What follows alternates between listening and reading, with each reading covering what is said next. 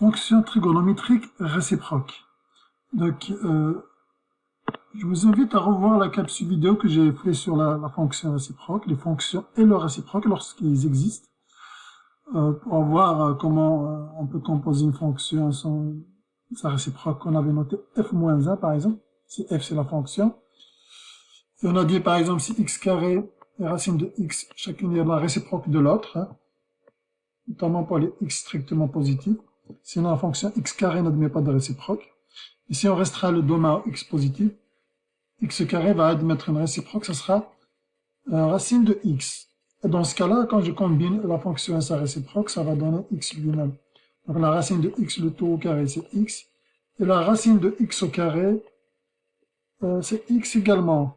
Pareil pour x cube et racine cubique. Donc chacune est la réciproque de l'autre. On a vu des exemples aussi avec la fonction logarithmique exponentielle. On a dit que ln de x est la fonction réciproque de exponentielle de x. Donc quand je les compose les deux en même temps, exponentielle ln de x, ça va donner x. Bien sûr ici, il faut que x soit strictement positif. Sinon ln n'est pas défini. Et ln de exponentielle x, ça donne x également. De la même manière, donc, comme on a dit pour tangente, pour l'exponentielle de logarithme, sinus x et arc sinus x sont des fonctions réciproques à condition de restreindre le domaine. Donc, on a vu la fonction, par exemple la fonction, on a vu quelles sont les fonctions qui admettent une réciproque. On a dit que c'était les fonctions qui sont soit strictement croissantes, soit strictement décroissantes. Or, pour la fonction sinus, on a vu qu'elle n'était ni croissante ni décroissante.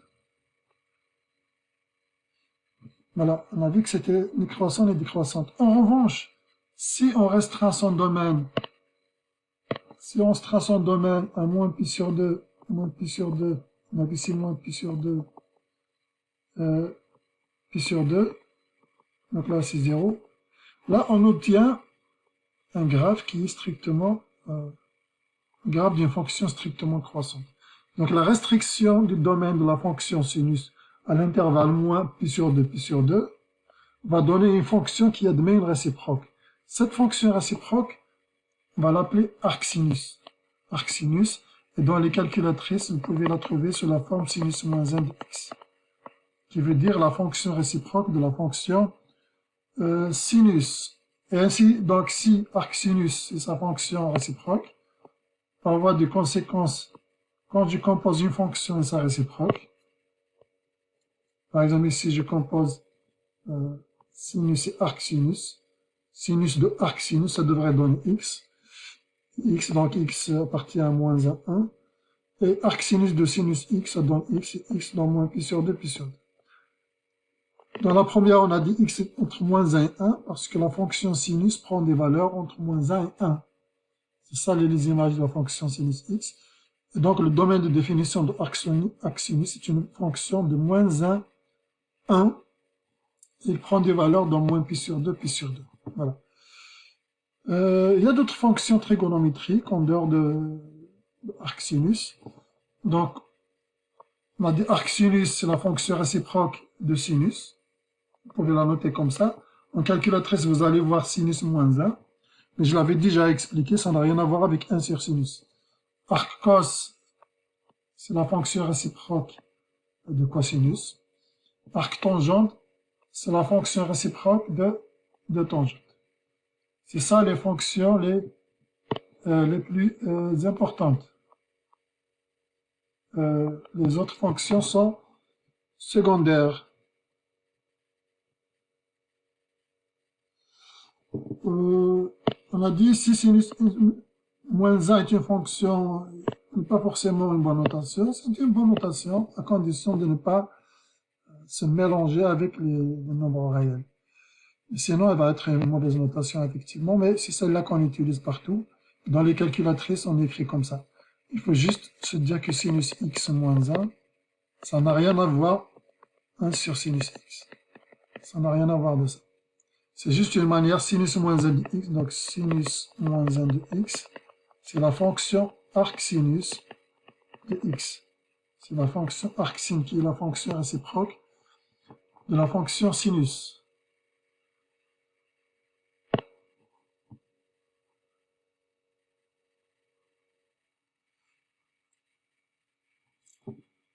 évaluer une fonction trigonométrique.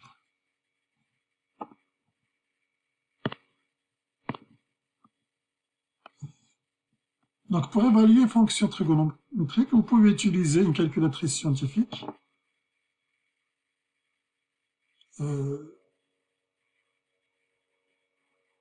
Calculatrice scientifique.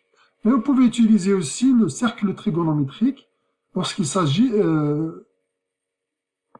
d'un angle remarquable, on a vu, comme 30 degrés, 60, 45, 120 degrés, etc. C'est des angles remarquables pour lesquels on connaît sinus, leur cosinus. Donc, on peut calculer aussi leur tangente. C'est ça. Donc, a priori, vous pouvez utiliser la calculatrice, mais lorsqu'il s'agit d'angles remarquables, il est souvent préférable d'utiliser le cercle trigonométrique. Exemple, si vous calculez sinus pi sur 6, tangente pi sur 6, eh bien, si vous utilisez la calculatrice, il y a une chance que la calculatrice ne va pas le donner sous cette forme. Il va donner une valeur avec une virgule. Mais il y a des calculatrices quand même qui vont vous le donner sous cette forme. Voilà. Maintenant, admettons, j'utilise pas la calculatrice. J'utilise le cercle trigonométrique parce que je vois que c'est un angle remarquable. Pi sur 6, c'est juste 30 degrés. Donc, c'est sinus pi sur 6 sur cos pi sur 6. Sinus pi sur 6, c'est 1 sur 2. Et ça, c'est ça. Racine de 3 sur 2 pour son cosinus. Et la simplification des calculs va donner racine de 3 sur 3. Pareil, pour coséquente. Ben pour coséquente, on a dit 1 sur sinus, etc. Les fonctions séquentes, coséquentes et cotangentes, vous n'allez pas les trouver sur votre calculatrice. Donc, il faut passer par les fonctions de base, sinus, cosinus et tangente. Donc, coséquente, vous n'allez pas le trouver sur la calculatrice. Donc, c'est 1 sur sinus. Et là, je peux utiliser ma calculatrice. Il y a une chance que ça me donne ça. Ça dépend du modèle. Il y a une chance que ça me donne un chiffre à virgule. Et si j'observe moi-même que c'est un angle remarquable pi sur 4 et que son sinus, c'est racine de 2 sur 2, je peux déduire directement que c'est racine de 2. Pareil, donc séquente moins pi, ça ne sera pas donné par une calculatrice. 1 sur cosinus moins pi donne moins 1. Cotangente pi sur 2, donc c'est cos pi sur 2 sur sin pi sur 2, c'est 0. Et par exemple, séquente, c'est moins pi sur 2, c'est 1 sur cosinus moins pi sur 2. Ça n'existe pas, ce n'est pas défini. La fonction cosinus moins pi sur 2 est nulle. Donc la fonction séquente n'est pas définie en moins pi sur 2. Lorsque nous travaillons avec les fonctions trigonométriques, il est d'usage d'utiliser quelques notations. Par exemple, sinus carré de x, c'est une manière pour nous d'écrire sinus carré de x de cette manière, c'est-à-dire sinus x fois sinus x. Donc, pour éviter la lourdeur des parenthèses ici, quand on est habitué à manipuler les fonctions trigonométriques, on écrit sinus carré de x. Et tout le monde comprend que c'est sinus x fois sinus x. Pareil, donc tangente cube de x, c'est tangente x, le tout au cube, etc.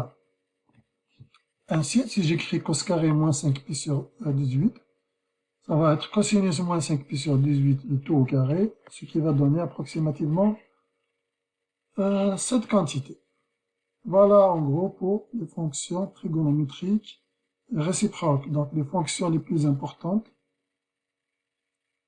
Arc sinus, arc cos et arc tangente.